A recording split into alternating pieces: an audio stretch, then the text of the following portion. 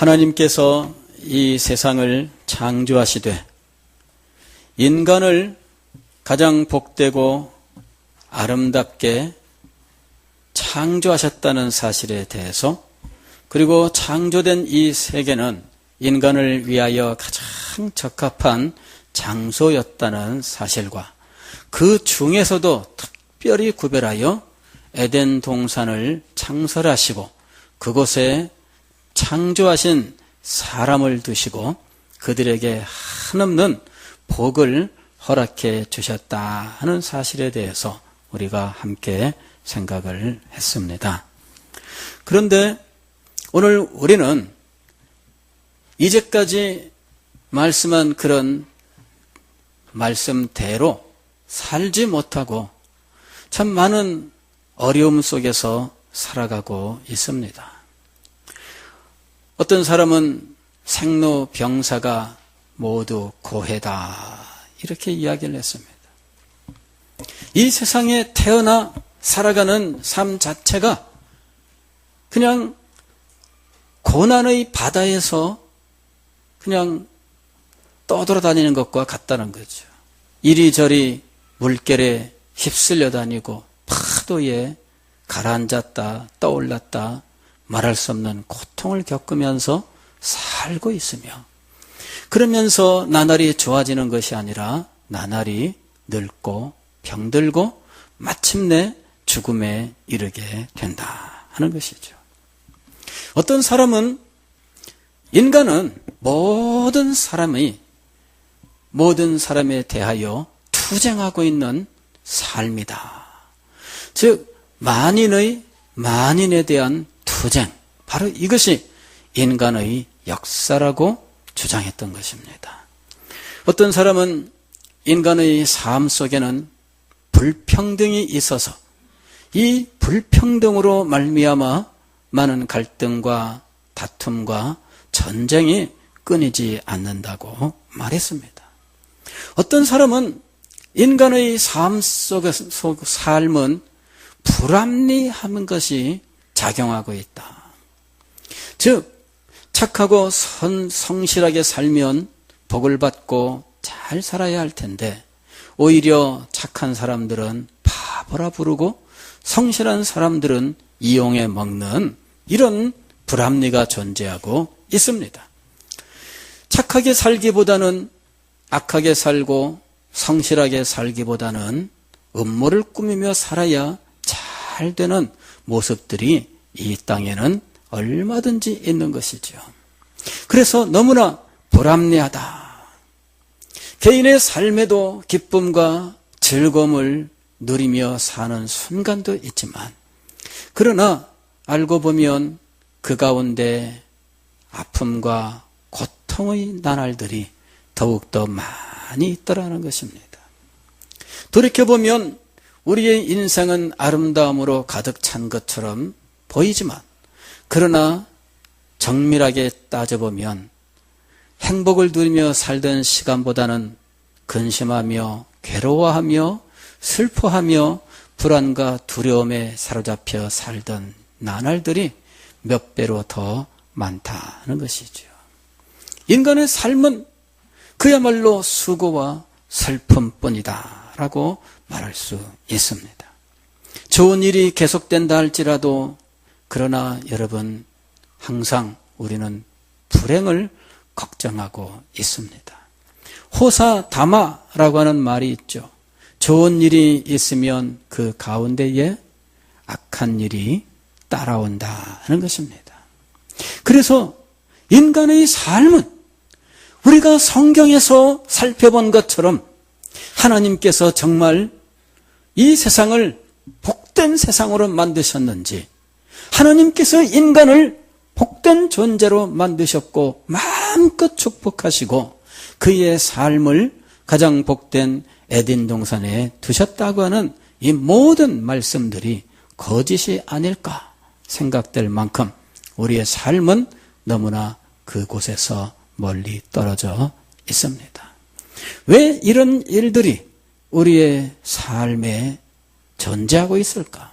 우리는 왜 하나님의 복을 마음껏 누리지 못하고 하나님께서 축복하신 대로 살아가지 못할까 하는 것이죠. 이유는 한마디로 인간이 자기 복을 자기 발로 걷어찼기 때문입니다. 속된 말로 그냥 복을 자기 발로 걷어찬 거예요. 이것이 하나님 앞에 범한 범죄와 타락의 의미입니다. 하나님께서 인간이 복을 마음껏 바르게 누리고 온전하게 누릴 수 있도록 선악과의 금령을 주셨는데 인간은 이 선악과의 금령을 가지고 복을 마음껏 누리는 자리에 나아가야 되었는데 그만 선악과를 따먹음으로 금령을 범했고 그는 자기의 복을 자기 발로 차서 다 뒤집어 엎어버리고 말았던 겁니다. 선악과는 인간의 정신세계를 바르게 세우기 위한 하나님의 방법이었습니다. 그는 하나님의 형상대로 지음을 받은 가장 아름답고 가장 똑똑한 존재입니다. 지상의 인간보다 더 아름다운 존재가 어디에 있으며 지상의 인간보다 더욱더 똑똑한 존재가 어디 있으며 지상의 인간보다 더 지혜롭고 또 능력 있는 존재가 어디에 있겠습니까? 이러한 인간에게 해서는 안 되는 하나의 금령이 있어 그 자신의 한계를 인정하게 하고 금령을 세우신 분에 대하여 진실된 심정을 가지고 섬기면서 그의 인생관과 그의 가치관을 바르게 형성해 나아가도록 했던 것입니다. 바로 이것이 선악과를 주신 하나님의 목적이었습니다. 이 금령을 기억하고 그것을 지키며 살아갈 때 그는 인생관을 바르게 세울 수 있었습니다. 인간이 이 세상의 최고가 아니며 오직 하나님이 처음 되시고 하나님은 우리의 주인이 되시고 우리는 그분을 섬기는 존재라고 하는 이 명백한 인간관, 인생관을 바르게 세울 수가 있었던 것입니다. 이런 인생관을 바르게 세우지 못한다면 그는 하나님께서 주신 것들을 마음껏 누릴 수가 없게 되는 거예요. 가령 여러분 그런 경우들이 있잖아요. 요새 집에서 참 애완견들을 많이 키우시는데 그런 말을 하는 경우를 들어본 적이 있어요. 이 녀석은 자기가 사람인 줄로 알아. 그런 말 들어보셨어요? 강 집사님? 얘는 꼭 자기가 사람인 줄로 알아. 아무리 사랑을 받아도 개는 무엇일 뿐입니까? 개요. 그런데 개가 뭐라 그래요? 사람인 줄로 알아 이러는 거예요. 그래 참 우스갯소리를 하는 말입니다만은 이게 뭐냐 하면은 자기 자신에 대하여 바로 깨달을 때 자기가 행해야 될 일들을 바르게 행할 수 있는 겁니다. 그게 바로 인생관의 핵심이에요. 가치관이 바르게 세워져야 됩니다. 그래야 무엇을 중요하게 여기고 무엇을 그 다음의 것으로 여기는 순서가 생기고 그 순서가 바르게 되어 있어야 그는 자기의 인생을 규모 있게 질서 있게 살아갈 수 있는 거예요. 가치관이 바뀌어버리면 남들이 다 그렇다고 하는데 자기는 아니라고 말하는 상황이 벌어지는 거예요. 하나님께서는 선악과를 주셔서 인생관과 가치관을 바르게 세워 그 사람의 정신세계가 올바르게 되어서 하나님께서 주신 이 복되고 아름답고 풍성한 것들을 마음껏 누리게 하셨던 것입니다. 그런데 인간이 범죄하고 타락하여 그만 그의 영혼과 그의 정신세계가 변화되어 버리고 말았던 것입니다. 하나님의 뜻을 따라서 올바르게 세워져야 되는 정신세계가 있습니다. 그의 인생관과 가치관이 있습니다. 삶의 목표가 있습니다. 그러나 이런 모든 것들의 변화가 오게 된 거예요. 이 변화는 아주 근본적인 것이라서 인간이 아무리 노력해도 이것을 바꿀 수가 없습니다. 언젠가 제가 유리창을 보니까 얼룩이 이렇게 때가 있어요. 그래서 이것을 가볍게 생각을 하고 침을 묻혀서 손가락으로 살살살살 문질러서 이제 이걸 지우려고요. 이렇게 했더니 안 지워져요. 이거 왜 안 지워지냐? 손바닥으로 막 문질렀는데 멀쩡해요. 야, 이거 뭐지? 왜 특별하게 이건 안 지워지냐? 이래가지고는 그 유리세정제 그걸 가지고 걸레를 들고 와서 이번에는 본격적으로 닦기 시작했어요. 칙칙칙칙. 안 지워져요. 또 칙칙칙칙. 안 지워져요. 이유가 뭘까요? 황 집사님. 이유가 뭐예요? 왜 안 지워집니까? 유리세정제 좋은 걸 썼는데 안 지워져요. 이유가 뭐죠?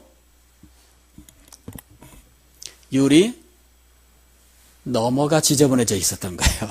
그러니 안에서 아무리 닦아야 안 닦아지는 거예요. 처음에는 몇 번 문지르다가 이거 밖에 있는 얼룩이야. 그리고 이렇게 보니까는 유리 밖에 있는 얼룩이었어요. 타락한 인간이 그렇게 변한 겁니다. 자기 딴에는 열심히 닦아요. 그런데 아무리 닦아도 멀쩡하게 그대로 있어요. 인간이 도덕적으로 아무리 수양을 쌓아 나가도 해결할 수 없는 이 근본적인 한계.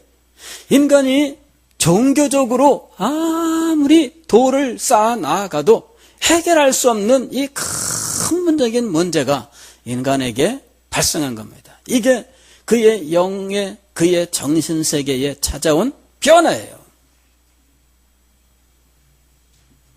도를 닦는 종교는 고등종교라고 이야기를 합니다. 그러나 도를 아무리 닦고 닦아도 닦여지지 않는 바로 그 부분이 있습니다. 로마서 1장은 이런 인간들의 모습에 대해서 18절 이하에서 여러 가지로 설명하고 있습니다.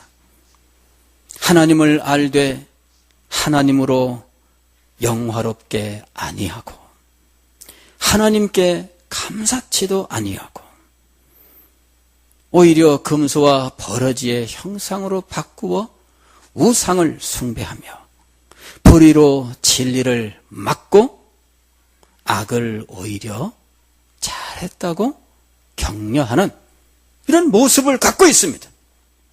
이것이 인간에게 나타난 변화입니다.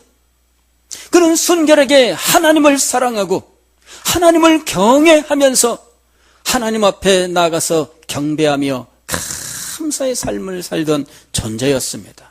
그러나 그가 선악과를 따 먹으면서 그의 영과 그의 정신세계에 변화가 찾아오게 되었는데 아무리 갈고 아무리 닦아도 지워지지 않는 이 근본적인 문제를 안게 된 것입니다.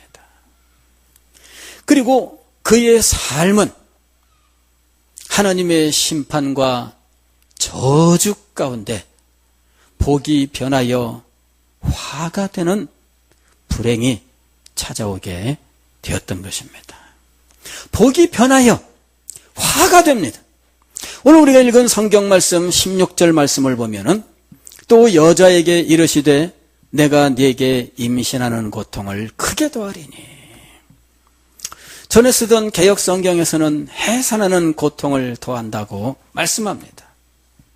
즉 여자들에게, 여성들에게 출산에 고통을 주신 거예요. 과거에는 이 출산의 고통이라고 하는 것이 단지 고통으로 끝나지 아니하고 심지어는 생명을 잃을 수도 있는 아주 위험한 일이기도 했습니다. 최근에는 무통분만 너도 나도 그러는 세태입니다. 그래서 해산의 고통이 사라지는 것 같지만, 그러나 여러분, 근본적으로 해산의 고통이란 사라지는 것이 아닙니다. 나아가서 생육하고 번성하여 땅에 충만하라신 이 축복이 그대로 저주가 되었어요. 자녀를 양육하는 것이 얼마나 큰 기쁨이에요. 아기들 보면은 저절로 우리의 마음속에는 사랑이 넘치고 기쁨이 넘쳐요. 어떤 분이 이 아기를 볼 때 인간 생체에 어떤 변화가 일어나는지를 이제 연구를 했어요. 실험을 하고 조사를 했는데, 사람들이 아기를 볼 때에 그의 뇌에서 특별한 호르몬이 분비가 된대요. 그러면서 마음속에 행복한 마음이 들어요. 그리고 모든 근심과 걱정과 시름과 이런 것들이 싹 사라지는 거예요. 참 신기하죠?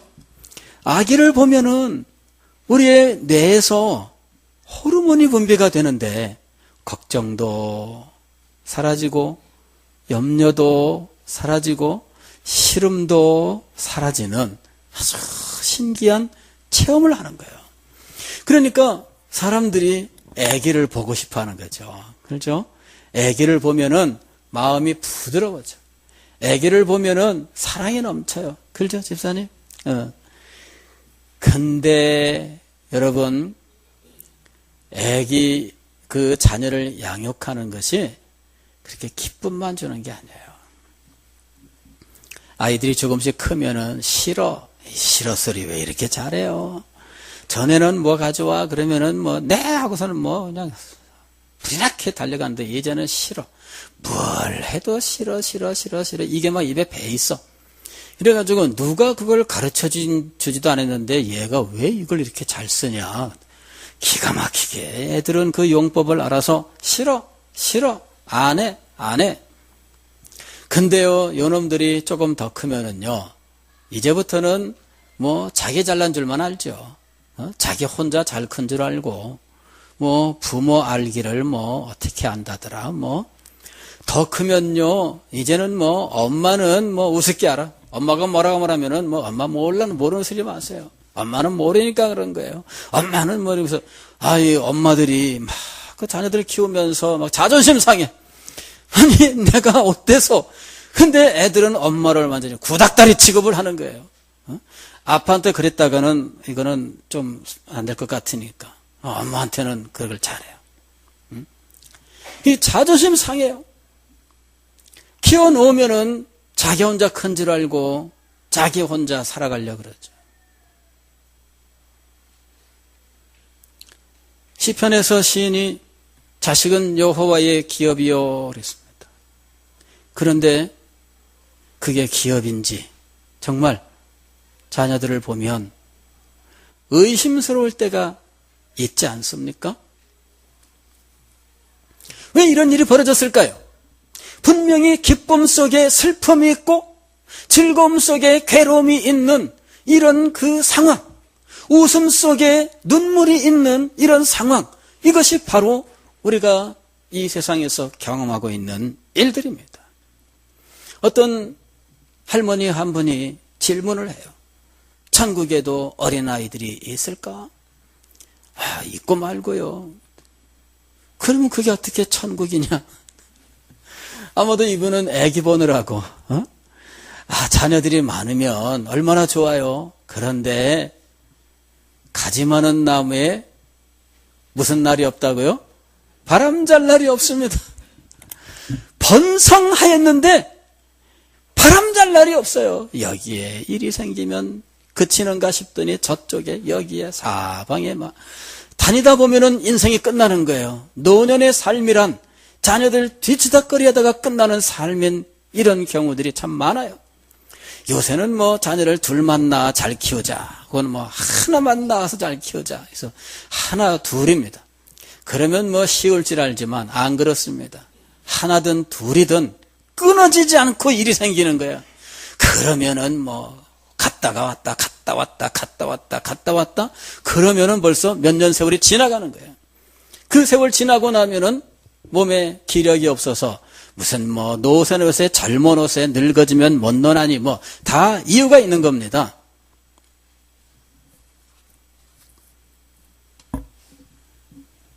오늘 성경을 보면은 남편과 아내 사이에도 변화가 있다고 말씀합니다. 16절 말씀을 보면 또 여자에게 이르시되 내가 네게 임신하는 고통을 크게 더하리니 네가 수고하고 자식을 낳을 것이며 그 다음에 너는 남편을 원하고 남편은 너를 다스릴 것이니라. 너는 남편을 원하고 이건 무슨 말일까요? 결혼하기를 원한다는 말일까요? 결혼을 원하고? 아니 뭐 이미 남편이 있는 이브한테 하시는 말씀인데 너는 남편을 원하고 이미 유부녀인데 그런 의미는 아니겠죠. 너는 남편을 원하고.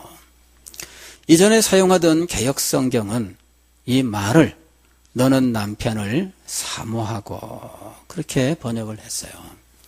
근데 이게 말이 안 맞아요.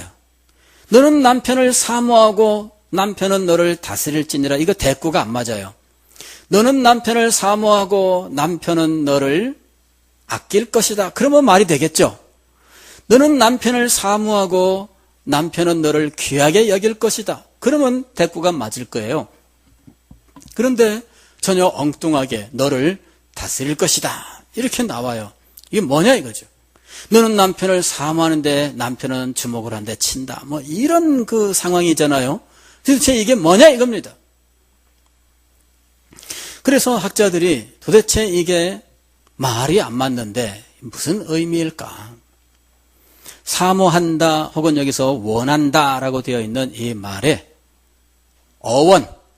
어원을 조사를 해봤더니 이 말이 어디에서 나온 말이냐 하면은 이 사자가 왜 짐승을 잡아먹기 위해서 살금살금 기어가잖아요.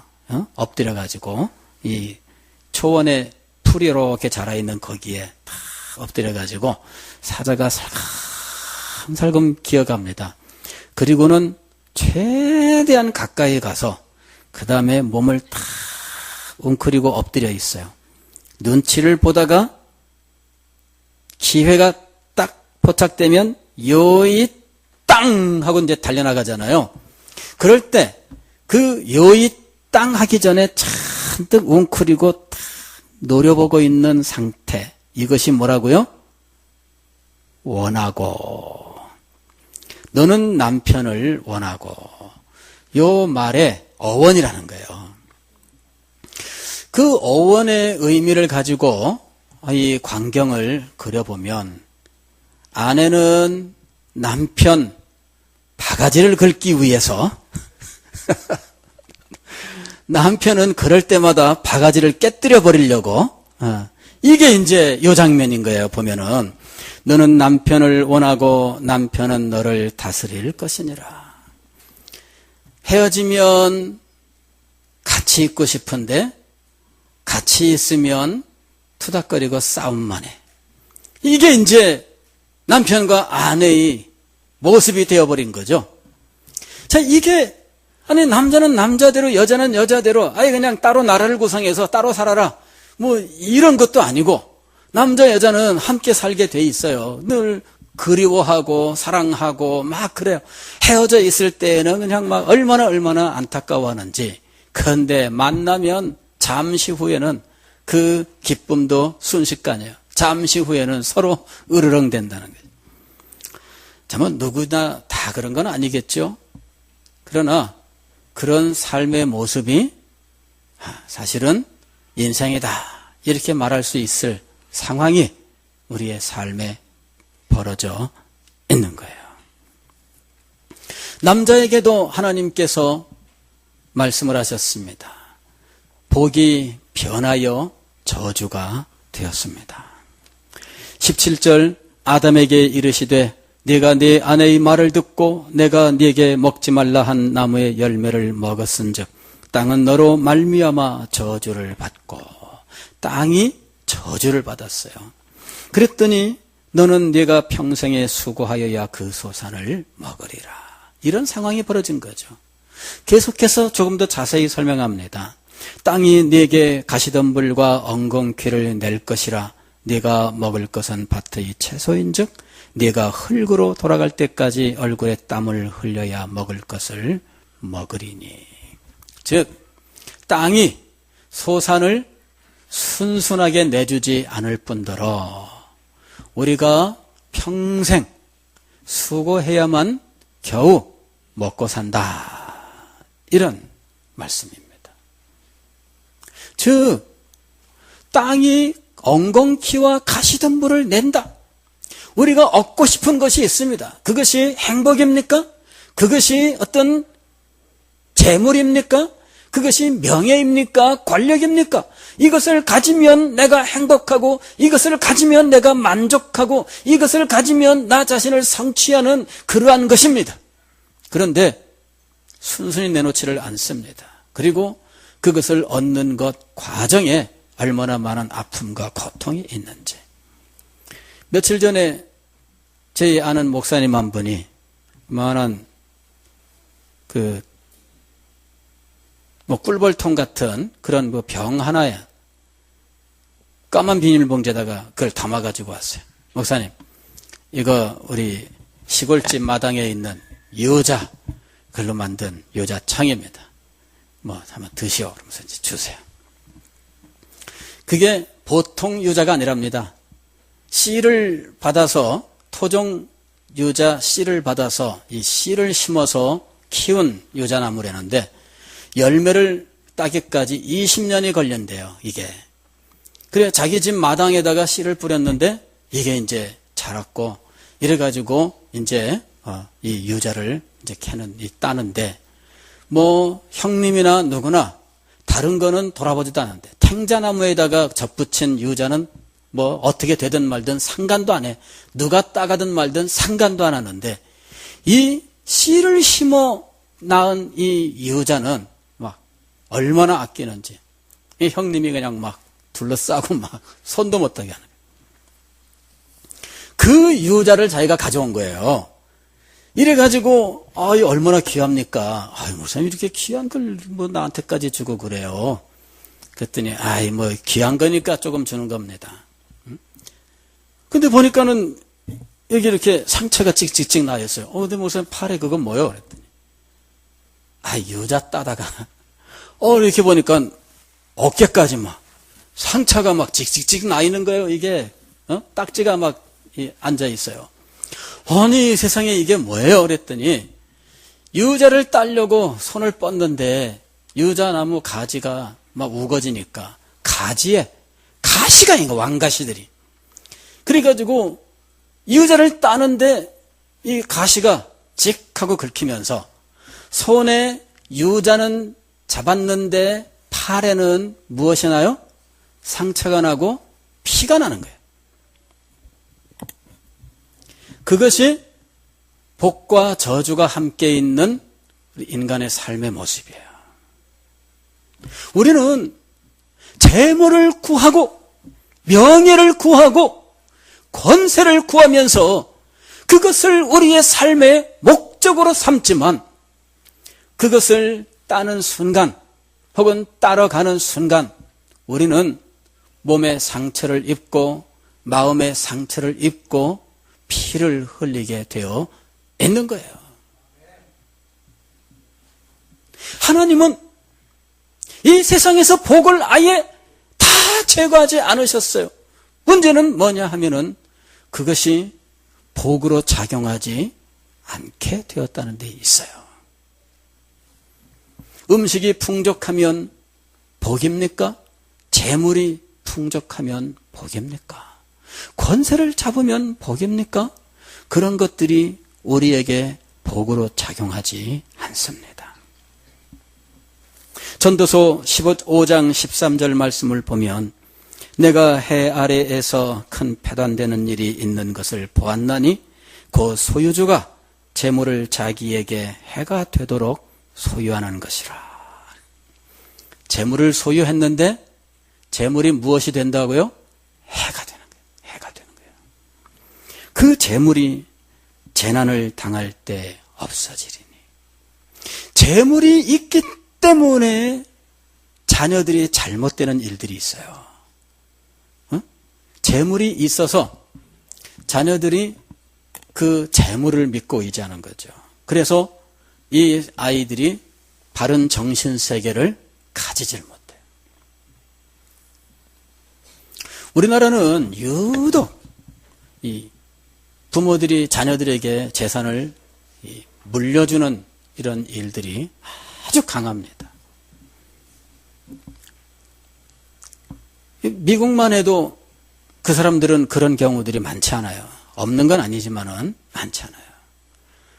자기가 당대에 형성한 부는 후대에 물려주는 게 아니라 이것은 사회를 위하여 또 복음 전도 사역을 위하여 선교를 위하여 사용하는 거고, 이 재물은 자녀들을 교육시키는 바로 그때까지만 쓰는 거다. 그래서 고등학교만 마치면 독립을 하는 거예요, 걔네들은. 그래서 부잣집 아이들도 대학 들어가서는 자기가 학비를 벌어서 장학금을 타서 혹은 국가로부터 이 용자를 받아서 학업을 마치고, 그리고 자기가 직장 생활을 하면서 그 빚을 갚고 자기가 새롭게 또 부를 이뤄가요. 자녀들에게 그걸 물려주는 것이 아닙니다. 자녀들을 고등학교까지 마치는 동안까지만 뒷바라지하는 데 사용하는 거예요. 그리고 이것을 또 사회단체에 혹은 교회에 혹은 선교를 위하여 사용하게 하는 거예요. 일찍이 이 사람들은 이 불을 손에 쥐고 이것을 아둥바둥 붙잡고 후대에게 이것을 불법을 행하면서까지 물려주려고 하는 이런 정신세계를 거부한 거죠. 아니, 그것이 우리가 이 세상에서 바르게 살아가는 삶의 모습이 아닙니까? 우리는 자녀에게 뭘 물려주지 못하면 부모가 죄스러워해요. 이 세상이 지금 그렇게 굴러가고 있어요. 최근에 무슨 흑수저, 금수저 논란이 바로 그런 것들입니다. 이런 정신세계가 제대로 형성이 되어야 됩니다.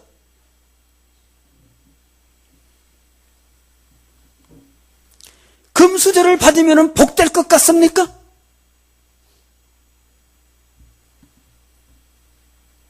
부모님이 가난하고 힘들게 자녀를 키웠으면 그 자녀는 그 이후에 인생이 저주받은 인생이 될까요? 여러분, 그렇게 우리의 사회와 우리의 인생이 단순하지 않습니다.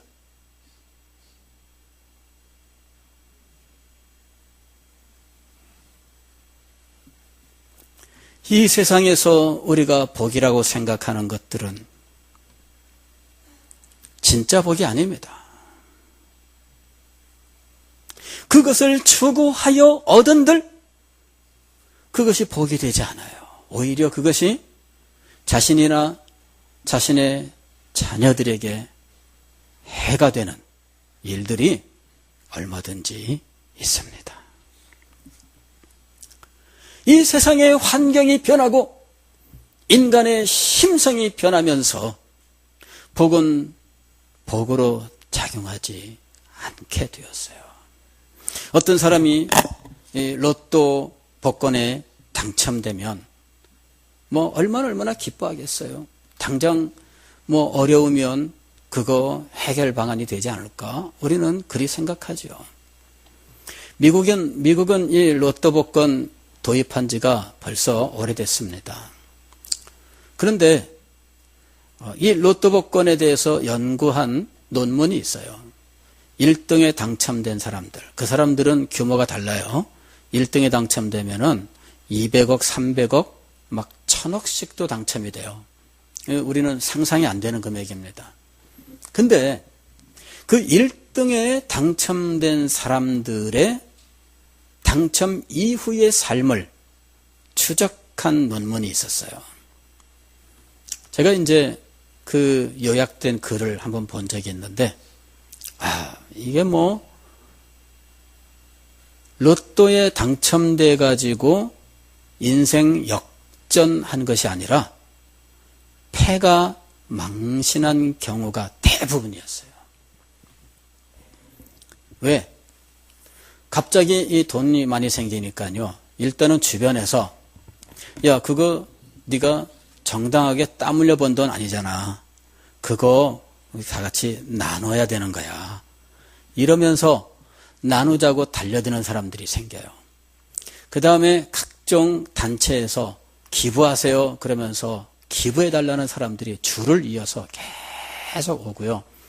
그 다음에 밤에는 또 다른 사람들이 찾아오는데 권총을 들고 찾아오는 거예요.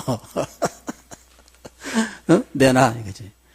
이거 자기는 또 이제 즐겨야 되니까 돈을 가지고 아무리 즐겨도 이게 한도가 있어요. 명품도 그거 한두 개 겨우겨우 살 때나 명품이지. 가서 백화점에 가서 쇼핑 수없이 하고 1년 내내 쇼핑을 해도 5억 정도 밖에는 못 하는 거예요. 왜? 아니, 하루에 1,000만 원씩 써봤자 3억 6천억, 아니, 한 5억 정도 될까요? 4억 정도 될까요? 응? 그러니까는 이게 돈을 가지고 아무리 써도 이게 이제 처음만큼 기쁨이 없어요. 행복해지지 않는 거죠. 그러니까 뭐에 빠지느냐 하면 이제 쾌락에 빠져. 쾌락에 빠지고 방탕한 데 빠지고 마약에 빠지고 이러면서 이제는 그 가정이 해체돼요. 이혼하고 그래서 1등 당첨된 사람들 가운데 나중에 자살한 사람, 그 다음에 두 번째로는 이제 거지가 된 사람이 많아요. 그렇게 저렇게 해가지고 돈을 다 상실하는 거예요. 왜? 정당하게 벌지 않았기 때문에 그거를 간수할 수 있는 능력이 없어요, 본인에게. 그러면 누구한테 맡기면 안심이 되느냐? 맡긴 그 사람이 다 해먹고 도망가고, 이래가지고 자기가 능력이 없는데 돈이 생겼단 말이에요. 그러니까 그게 오히려 해가 돼요. 이래가지고 나중에 이 사람이 구걸을 하는데, 구걸 받으면 그 돈 가지고 뭐하러 가느냐 그러면은 로또 사러 가는 거예요. 여러분, 그거야 특별한 사람들의 경우지 라고 생각하실 수 있습니다. 그러나 그 대표적인 그런 모습들은 우리 인간의 모습을 적나라하게 보여주고 있는 거예요. 무엇이 진짜 복일까? 우리가 복이라고 생각한 그거 손을 뻗어 따는 순간 우리는 그것을 손에 쥘 수는 있으나 몸은 피 흘리고 있다는 사실을 알아야 돼요. 그것을 손으로 땄기는 땄지만 우리의 마음은 찢어지고 그 속에서 피가 흘러내리고 있다는 거예요. 그것이 타락한 인생들이 이 땅에서 살아가는 모습이에요. 그런데 그나마 그 한정된 것도 우리 인간은 수없이 많은 이 갈등과 혹은 억압 속에서 그것을 가지고 아귀다툼을 하고 있는 거예요. 힘 있는 사람이 그 가시에 찔리지 않으려고 힘 약한 사람에게 네가 따면 갖고 와. 딴 사람은 난데 가져가는 사람은 다른 사람이에요. 속상하지 않아요? 그런 불합리한 일이 이 세상에 구조가 돼요. 구조. 구조적인 불평등, 구조적인 불합리, 이것이 이 세상을 지금 장악하고 있습니다. 어떻게 해야 이걸 해결할 수 있을까? 어떤 사람들은 이 사회를 뒤집어 엎는 혁명을 해야 된다. 혁명하면은 다 해결될 것 같지만 혁명한 그 사람들이 또 다시 그 자리를 차지할 뿐이지요. 사람만 바뀔 뿐이지 구조는 바뀌지 않습니다.